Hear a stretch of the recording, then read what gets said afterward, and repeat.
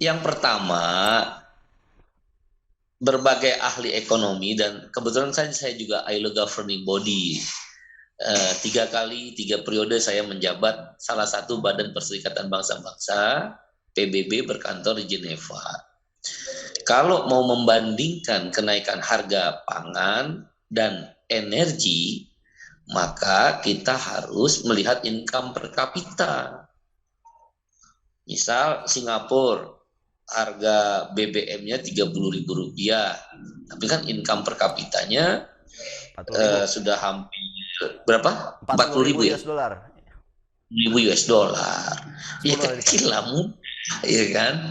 Amerika misal, income per kapitanya berapa, Bang? Income per kapita Amerika 45.000. sekitar 45. 45.000. Minyaknya berapa? BBM-nya cuma 20 ribuan ya? Ya, di bawah 5 barel, 5 US dollar per galon, Bang. Kan? Bagi 4 itu. Ya, jelas kan itu murah. Nah, Indonesia income per kapitanya berapa? 4.500 sekarang. 4.500. 4.500 US dollar. Harga bensinnya 10.000, hampir $1. Ya mahal. Mahal sekali. Kayak Amerika kan tadi $5 per liternya, tapi dia 45.000 income per kapita. Ini $1 kira-kira lah ya, hampir $1. Katakan, kemudian income per kapitanya 4.500 US dollar. Apalagi kalau kita kaitkan dengan upah minimum. Misal upah minimum di Singapura itu kalau saya nggak salah udah hampir 20 jutaan. Kalau di Jepang itu 200.000 yen. 200.000 yen itu hampir 20 juta lebih ya. Nah, jadi kalau kita mau membandingkan itu dari masa ke masa tentang harga BBM harus diiringi, apalagi membandingkannya ke negara lain harus diiringi dengan income per kapita atau upah yang diterima oleh buruh. Karena kelompok kelas pekerja, working class ini pasti pengguna BBM bersubsidi atau segala sesuatu yang terkait dengan subsidi. Itu dulu. Nah, kalau itu bisa didudukkan, maka kita akan mengatakan apa yang dilakukan oleh pemerintah sekarang ini membebani masyarakat dan tidak hanya kelompok miskin. Jadi kalau dibilang ada BLT Rp150.000 per bulan yang akan diberikan rapel 4 bulan menjadi Rp600.000 per bulan untuk pekerja yang berpenghasilan 3,5 juta rupiah ke bawah, jumlahnya berapa? Sekarang orang yang terkena pandemi, yang ter-PHK itu jutaan orang. Catatan Partai Buruh dan Litbangnya KSPI, Litbang Partai Buruh dan KSPI, itu hampir tembus di angka 7 juta lebih loh itu orang ter-PHK, terdampak ya. Walaupun pemerintah klaimnya 30 jutaan itu kan dengan informal. Kami yang mengambil yang formal aja. Nah, itu mereka nggak akan dapat BLT yang Rp600.000 juga. Karena tidak dimasukkan dalam kategori kelompok orang miskin, tidak terdaftar di Kemensos. Mereka juga tidak akan mendapat BSU, karena BSU kan bantuan subsidi upah untuk yang berpenghasilan 3,5 juta. Mereka udah nggak punya penghasilan. Nah, jadi mereka kelompok ini di mana nih, ada hampir puluhan juta loh. Jadi hanya sinterklas gula-gula. BLT nggak dibutuhkan. Yang dibutuhkan jangan naikkan BBM dan naikkan upah sesuai dengan kebutuhan hidup layak. Itu yang pertama. Jadi jelas yang kondisi sekarang sangat-sangat memberatkan dibandingkan beberapa dekade yang lalu pun beberapa presiden menaikkan BBM. Karena secara bersamaan tingkat upahnya relatif lebih baik. Yang dilihat jangan upah nominal. Kan Bang Ahmad kan tahu harus dilihat upah real dong. Berapa upah real? Upah real sama dengan upah nominal dikurangi inflasi. Dibagi indeks harga konsumen inflasi pada tahun sama dengan 100 tahun berapa? Ya kan sama dengan 100. Itu kan kita bisa lihat dari tahun ke tahun makin turun upah real itu. Nah, yang kedua, 3 tahun berturut-turut buruh itu dikendalikan oleh negara atas permintaan pengusaha melalui Omnibus Law, Undang-Undang Cipta Kerja, udah nggak naik upahnya. Tadi saya bilang, saya ini ILO governing body, keajaiban nomor 11 di dunia setelah Candi Borobudur adalah upah nggak naik, BBM naik. Setelah Candi Borobudur ya Bang ya? Jadi aneh, ini dokter dan profesor sekolahnya di Harvard, di Berkeley, Tapi cara menghitungnya nggak masuk akal sehat. Semua teman-teman internasional saya bilang, ya Pak, apa crazy gitu loh, gila itu cara berpikir seperti itu. Ini sih menyengsarain buruh, wajar kalau kamu melawan. Nah udah upah, kenapa pasti upah kita nggak akan naik 7 tahun Bang. 7 tahun nggak akan naik, karena ada istilah upah minimum, batas bawah, batas atas.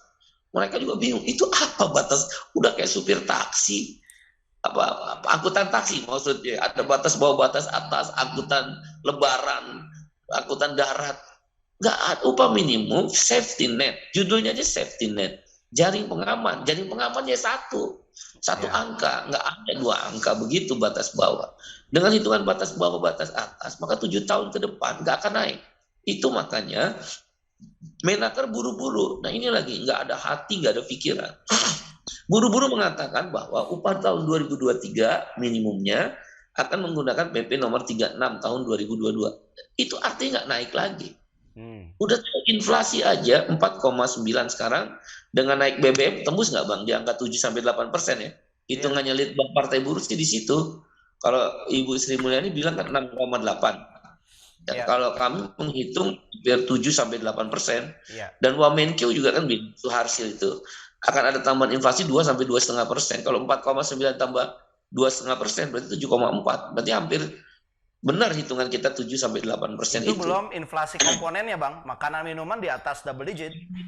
11,5 sekarang, hitungan kami tembus mendekati 15% Bang. Saya nggak tahu Abang hitung berapa. Nah, yang dikonsumsi di kelompok buruh itu cuma 3, kelompok kelas pekerja lah ya.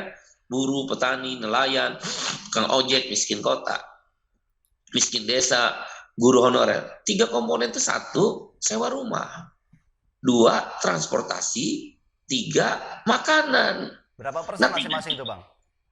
Kalau yang makanan kami menghitung secara kasar ya kan, harus ada survei lebih detail. Satu basketnya kan 256 item. Kita ngelihat makanan tembus di angka 15 bahkan bisa 20%. Kita mengambil contoh yang paling gampang, telur, kemudian cabai-cabai, kemudian tempe ya, dan lain sebagainya. Walaupun itu ada faktor-faktor lain ya, misal kebutuhan gandum, kedelai yang memang juga dibatasi dan lain sebagainya. Nah, dengan demikian ini menunjukkan bahwa di 3 sektor itu kepukul kelas pekerja. Udah nggak naik upah 3 tahun dan diprediksi Menteri juga udah mengatakan nggak naik upah tahun depan, 7 tahun ke depan dari sekarang nggak akan naik. 3 komponen naik. Sewa rumah udah naik 50.000 sampai 100.000. BLT mau dikasih 150.000. Akal sehat apa yang dipakai? Ya karena Menteri Keuangan dan jajaran Menteri Perekonomian nggak pernah jadi orang miskin, nggak ngerti sakitnya nyawa rumah itu di kawasan industri. Dia nggak ngerti. Makanya enak aja ngomongnya. Kemarin kita bilang ini ada inflasinya bisa dikendalikan, apanya yang dikendalikan? Subsidinya Pertalite dan solar bersubsidi dikonsumsi oleh orang kaya, apanya? Saya bilang, ayo Ibu Menteri Keuangan duduk bareng-bareng di satu SPBU yang rame. Lihat dari jam 7 pagi orang berangkat kerja sampai jam 7 malam, buruh pulang kerja, petani juga begitu. Siapa yang paling banyak? Pasti motor. Dan angkutan umum jumlahnya 120 juta. Nah, kalau begitu siapa? Orang kaya pasti pakai Pertamax. Dan yang terakhir, kami menginginkan sebenarnya ada panja atau pansus kemarin.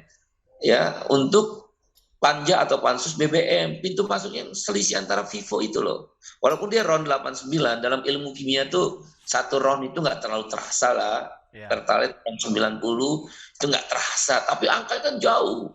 Bahkan Malaysia menurunkan harga BBM-nya. Masuk dari situ. Pasti masih ada mafia tuh. Dulu Petra dibubarin, jangan-jangan berganti rupa saja. Kemudian inefisiensi Pertamina. Kemudian kita ingin melihat sejauh mana kok Presiden atas rekomendasi para menterinya bisa memasukkan angka sekian. Kalau waktu itu saya bilang di tempat Bang Ahmad waktu itu juga kan, jangan-jangan 8.000 naik, demo 9.000 rupiah naik, demo 10.000 rupiah naik, demo udah ambil yang paling atas. Berarti mengambil keuntungan di atas penderitaan rakyat. Bukan ikut hitung-hitungan ekonomi. Ada keuntungan yang ingin diraih untuk membiayai program-program tertentu. Karena uang udah habis akibat pandemi. Kan rakyat bisa dong menganalisa, emang rakyat terlalu bodoh ya kan untuk tidak mengerti. Saya pikir itu aja awalannya, intinya kami akan terus melakukan aksi unjuk rasa sampai dengan Desember 2022. Ayo Gelora gerakin juga kadernya menurut saya. Kan kita mah udah nggak takut-takut lagi pakai Abang partai. langsung ngomong sama Bang Fahri nih, yang punya masanya Bang Fahri nih Bang. Pak Ari harus Beres. yakin kader-kadernya. Ya kan mahasiswa-mahasiswa yang Bang Fahri kan banyak banget itu. Nah, eh, saya terlalu berpendapat begini. Saya percaya, masih percaya Bapak Presiden Jokowi yang sudah beliau dengarkan suara elit, suara menteri, suara birokrat, suara pejabat dan sebagainya. Sekarang mari kita tentukan suara rakyat. Beliau harus mendengar suara rakyat. Kasus JHT, jujur aja saya gerakan total itu tentang JHT. Akhirnya kan netizen main. Nah itu makanya saya serukan melalui Gelora TV ini. Kemarin juga di semua TV nasional, internasional, bahkan beberapa TV internasional di lapangan sana DPR aksi, saya terbuka, seruan terbuka kepada seluruh netizen. Gunakan kekuatan tuts-tutsmu dan jari-jarimu. Mainkan, lakukan perlawanan. Saatnya suara kamu didengar oleh presiden. Mungkin saat memutuskan ini presiden hanya mendengar elit. Kasus JHT kita menang. Kasus Omnibus Law kita menang loh sesungguhnya. Kasus BPJS waktu zaman Pak SBY kita menang. Kekuatan netizen diiringi kekuatan partai buruh, partai Gelora yang punya kader turunin. Lakukan aksi terus-menerus sampai suara kita didengar. Kan biasa di demokrasi. Baik. Presiden Amerika pun biasa itu ditekan dengan arus netizen, dengan tutsnya, dengan sosmednya, arus gerakan massa oleh AFL-CIO. Itu biasa. Nah, kita sambil desak panja atau pansus DPR. Demikian, terima kasih.